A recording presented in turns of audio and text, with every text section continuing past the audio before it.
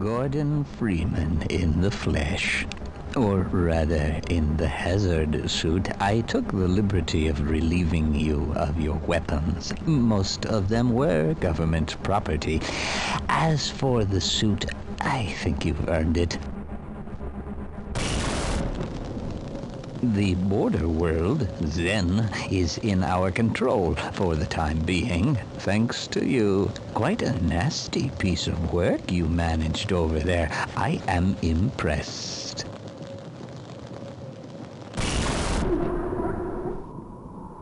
That's why I'm here, Mr. Freeman.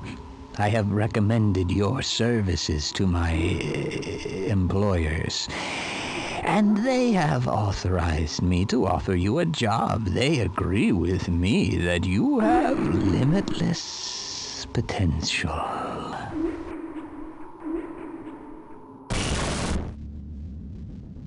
You've proved yourself a decisive man, so I don't expect you'll have any trouble deciding what to do.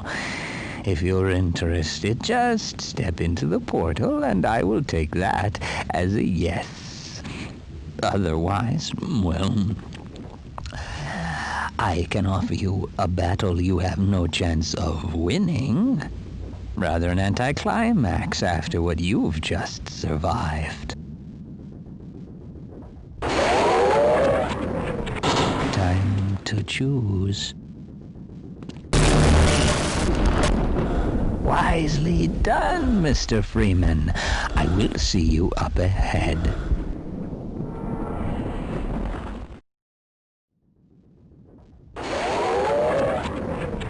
Time to choose.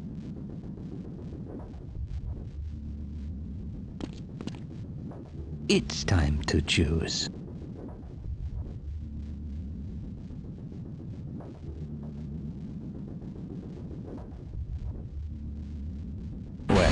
Looks like we won't be working together.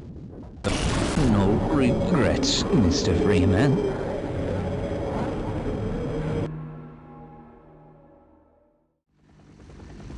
So, Corporal Shepard, we meet at last. Please don't think that I've been avoiding you. A great many matters require my attention in these troubled times. I do hope you understand. And now I require a further indulgence on your part. I cannot close my report until every loose end has been tied up. The biggest embarrassment has been Black Mesa facility, but I think that's finally taken care of itself.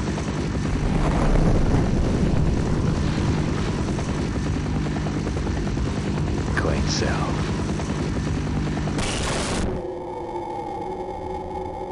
But there is still the lingering matter of witnesses. I admit I have a fascination with those who adapt and survive against all odds. They rather remind me of myself.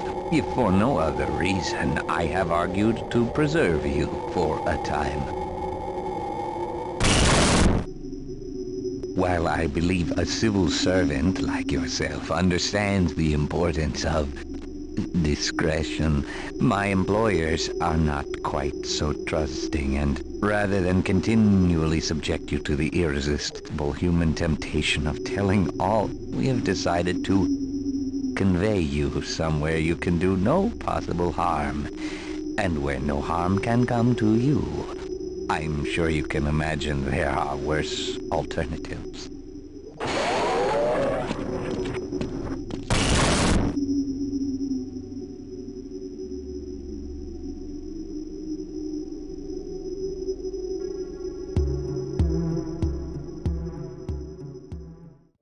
Rise and shine, Mr. Freeman.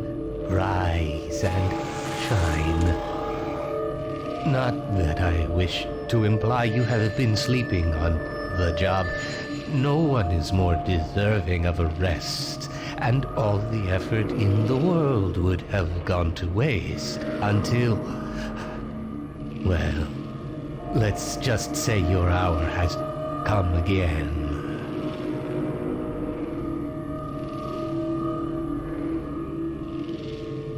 The right man in the wrong place can make all the difference in the world. So wake up, Mr. Freeman. Wake up and smell the ashes. Yeah! You did it! Come on, Gordon. We've got to get out of here. Maybe we still have...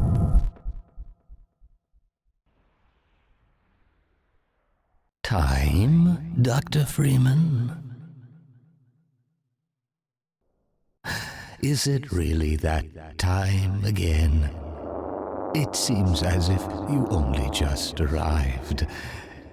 You've done a great deal in a small time span. You've done so well, in fact, that I've received some interesting offers for your services. Ordinarily, I wouldn't contemplate them, but these are extraordinary times.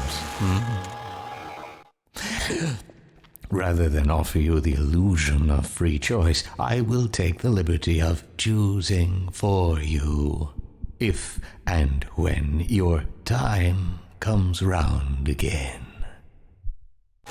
I do apologize for what must seem to you an arbitrary imposition, Dr. Freeman.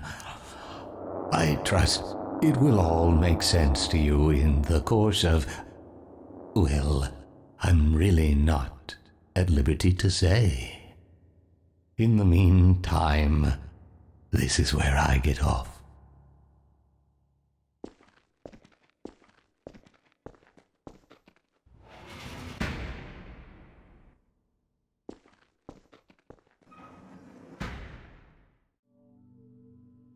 Tell me, Dr. Freeman, if you can.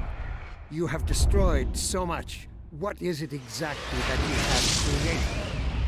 Can you name even one thing? I thought not.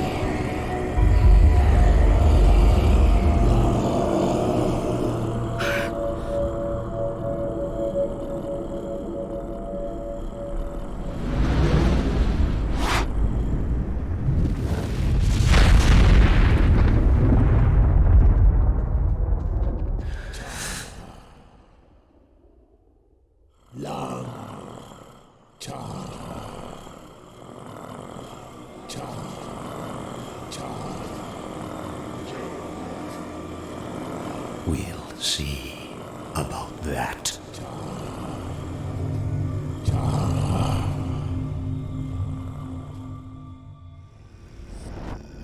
Dr. Freeman, I realize this moment may not be the most convenient for a heart-to-heart, but I had to wait until your friends were otherwise occupied. There was a time they cared nothing for Miss Vance, when their only experience of humanity was a crowbar coming at them down a steel corridor. When I plucked her from Black Mesa, I acted in the face of objections that she was a mere child and of no practical use to anyone. I have learned to ignore such naysayers when quelling them was out of the question. Still, I am not one to squander my investments, and I remain confident she was worth far more than the initial appraisal. That's why I must now extract from you some small repayment owed for your own survival. see her safely to White Forest, Dr. Freeman. I wish I could do more than keep an eye on you, but I have agreed to abide by certain restrictions. Well, now listen carefully, my dear. When you see your father, relay these words. Prepare for unforeseen consequences.